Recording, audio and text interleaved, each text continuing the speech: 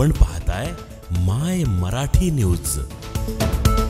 बुलढाणा जिल्ह्यातही घराणेशाहीचा उदो नगराध्यक्ष पदाची घरातच उमेदवारी, कार्यकर्त्यांमध्ये तीव्र नाराजी, कार्यकर्ते उद्विग्न, आम्ही फक्त सतरंजा उचलायला आहोत का?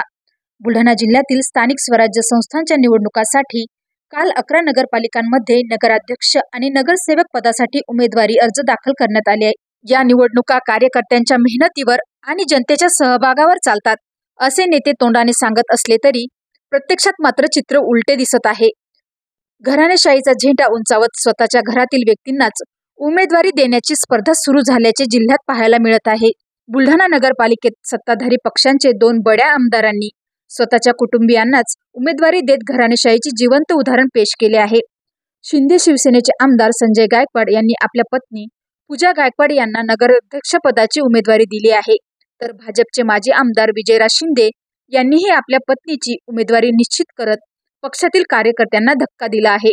या दोन्ही प्रकरणामुळे कार्यकर्त्यांमध्ये तीव्र नाराजीचा सूर उमटताना दिसतोय।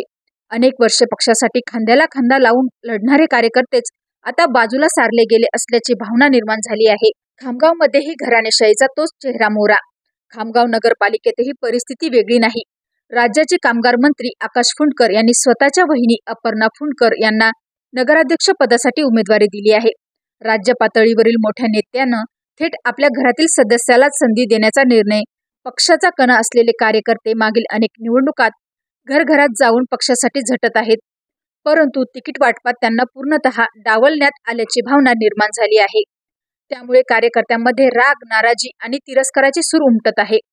अनेक कार्यकर्ते खुलेपणाने म्हणू लागले आहेत, आम्ही पक्षासाठी वर्षभर राबायचं आणि तिकीट मात्र नेत्याच्या घरातच, मग आम्ही फक्त सतरंजा उचलायला आहोत का?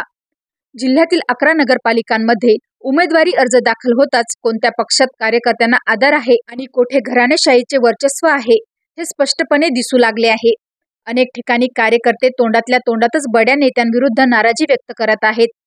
पक्षातील अंतर्गत अस्वस्थता वाढू नये म्हणून काही नेते शांतता राखण्याचे प्रयत्न करत असले तरीही तळागाळातील नाराजी आता दाबून ठेवता येईल अशी परिस्थिती नाही।